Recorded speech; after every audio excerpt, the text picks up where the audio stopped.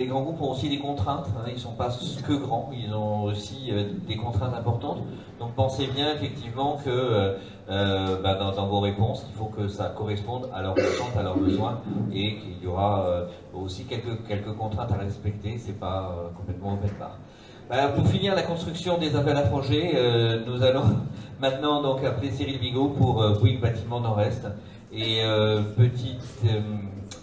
une petite excuse à Bouygues Bâtiment, parce que sur le dossier de tête, nous avons marqué Bouygues Bâtiment Nord-Europe, mais nous l'avons modifié, donc tout va bien. C'est à toi, Cyril. Merci. Alors, vous êtes tout excusé pour l'erreur de dénomination, puisque à la faveur d'organisation en cours, l'entité Bouygues Bâtiment France Europe est en cours de création. Finalement, c'était presque une anticipation. Donc, voilà. Cyril Bigot, moi j'appartiens à la direction de l'ingénierie et à ce titre je porte la cellule environnement, développement durable et innovation. Donc Bouygues Bâtiment Nord-Est est la représentation de Bouygues Construction, comme son nom l'indique, sur les régions nord et l'est, avec un territoire qui s'étend de Dunkerque à Pontarlier pour l'imager. Et je représente ici à la fois Bouygues Bâtiment Nord-Est, mais aussi Link City, qui représente l'activité de développement immobilier en fait de Bouygues Bâtiment Nord-Est. Je ne sais pas si les slides sont juste après. Et voilà. Donc Bouygues Bâtiment Nord-Est et Link City. À ce titre, finalement, on représente un champ d'activité et surtout qui couvre l'ensemble de la chaîne de la valeur, qui va de l'aménagement de quartier, l'activité de promoteur et jusqu'à de constructeur avec Bouygues Bâtiment. Le groupe Bouygues, de manière générale, a une grosse capacité à diffuser, à déployer différentes innovations, différents partenariats, différents dispositifs sont extrêmement structurants concernant l'open innovation, l'innovation de manière générale, la recherche et développement aussi. Et ces dispositifs sont pour la plupart centralisés au niveau du groupe Bouygues Construction. Pour les startups, il y a le procédé, la démarche Matching Up que peut-être certains et certaines d'entre vous connaissent, qui a un programme de recensement et d'identification de partenaires potentiels au niveau des startups. En ce qui concerne Bouygues Bâtiment Nord-Est, en fait, on a la volonté depuis un peu plus d'un an maintenant d'avoir une approche centrée sur nos régions, sur nos secteurs, en l'occurrence pour notre part les Hauts-de-France, et d'avoir des dispositifs permettant de recenser les partenariats et les startups beaucoup plus en local.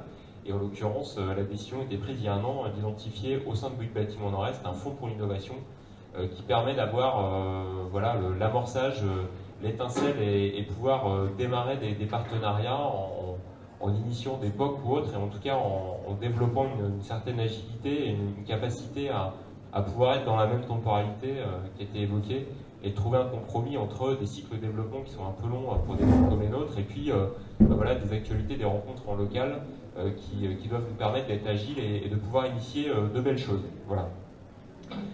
Chez Bouygues Bâtiment et chez Link City, on est convaincu qu'il est essentiel de concevoir alors à la fois des projets qui sont porteurs de sens et en l'occurrence des quartiers qui soient durables mais aussi désirables, puisque la place de l'utilisateur et du futur occupant est essentielle par rapport en ce qui concerne l'intérêt et la portée en fait de nos projets.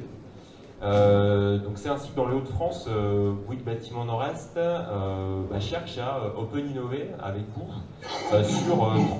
sur 4 grands thèmes forts que je vais vous détailler maintenant. Donc le premier concerne les quartiers.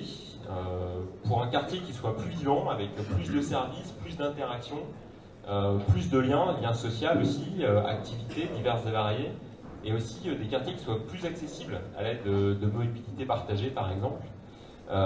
Les thématiques fortes qu'on va retrouver, c'est la qualité d'usage, la mixité d'usage. Là vous avez un des exemples qui est le projet de Croix-la-Maillerie par exemple, qui est en plein démarrage et en plein essor. Donc, comment générer dès son démarrage, dès sa création, dès les premiers logements livrés, un quartier où on se projette, où on puisse avoir des activités et où on puisse pouvoir projeter un cadre de vie et un bien-être. Le deuxième thème sur lequel on souhaite un peu innover avec vous, c'est la biodiversité urbaine, où finalement comment demain on peut exploiter, ou peut-être même aujourd'hui d'ailleurs, comment on peut exploiter le cadre urbain pour pouvoir pousser la biodiversité dans tous les recoins et trouver pourquoi pas des supports qui soient insolites et qui permettent de favoriser la végétation en ville. Comment concilier le cadre de l'aménagement avec la préservation ou pourquoi pas la promotion et l'intensification de la biodiversité. Vous avez en illustration le projet Biotope à Lille qui est en cours de construction, qui sera le futur siège de la MEL et pour laquelle 100% des toitures seront végétalisées. Donc, deuxième thème, la biodiversité urbaine. Troisième thème, l'économie circulaire. Où finalement, comment on peut reconstruire la ville avec la ville, le bâtiment avec le bâtiment, et comment pouvoir maîtriser, pourquoi pas annuler notre impact carbone en arrêtant tout simplement de taper sans fin dans les ressources naturelles qui ne sont pas inépuisables, et pouvoir essayer de générer un écosystème avec des partenaires locaux, qui soient économiques ou des acteurs de l'insertion, par exemple en local, pour pouvoir tirer le meilleur parti des bâtiments qui sont des vraies ressources, et comment on passe d'une logique de création de déchets à une création d'identification de ressources pour pouvoir poursuivre notre acte de construire et d'aménagement. Quand je parlais des dispositifs de bruit de construction, vous avez l'exemple là du chantier, encore une fois, de Croix-la-Maillerie, sur lequel les projets de R&D de bruit de construction portent sur le recyclage des bétons avec Ekiom comme partenaire, par exemple. Mais au-delà de cette image, l'idée c'est aussi d'ouvrir le champ et l'économie circulaire. Le recyclage, c'est pas que les bétons, qui sont une activité qui est déjà connue et ancestrale, mais c'est s'interroger sur tous les matériaux du second œuvre et tout ce qu'on a à disposition comme un formidable champ de ressources pour la construction à venir. Quatrième et dernier thème, en tout cas prioritaire pour nous, la rénovation. Comment arriver à une rénovation qui soit plus facile, qui soit optimisée en termes de temps, mais aussi qui puisse nous permettre d'atteindre, pour l'utilisateur final, une performance énergétique et une maîtrise de la performance énergétique de chaque usager. Ça, c'est pour l'aspect technique et organisationnel. Mais l'enjeu aussi, et on le voit bien avec nos différents clients, les différents bailleurs, c'est aussi la création de liens sociaux. Voilà, souvent, au final, 12 ou 18 mois de chantier de réhabilitation ont été un vecteur d'animation, un vecteur de cohésion, de rencontre auprès des habitants. Et donc, comment accroître cette capacité à créer du lien et à générer de l'interaction. Donc tout ça, c'est particulièrement d'actualité, puisque se déroule actuellement le congrès USH à Marseille, et Bouygues Construction est en train de lancer sa nouvelle offre de réhabilitation qui s'appelle Wisdom Réhabilitation, et qui est un concentré en tout cas de toutes ces ambitions, avec d'autres volets qui soient plus des volets de connectés, d'IoT ou autres. Voilà.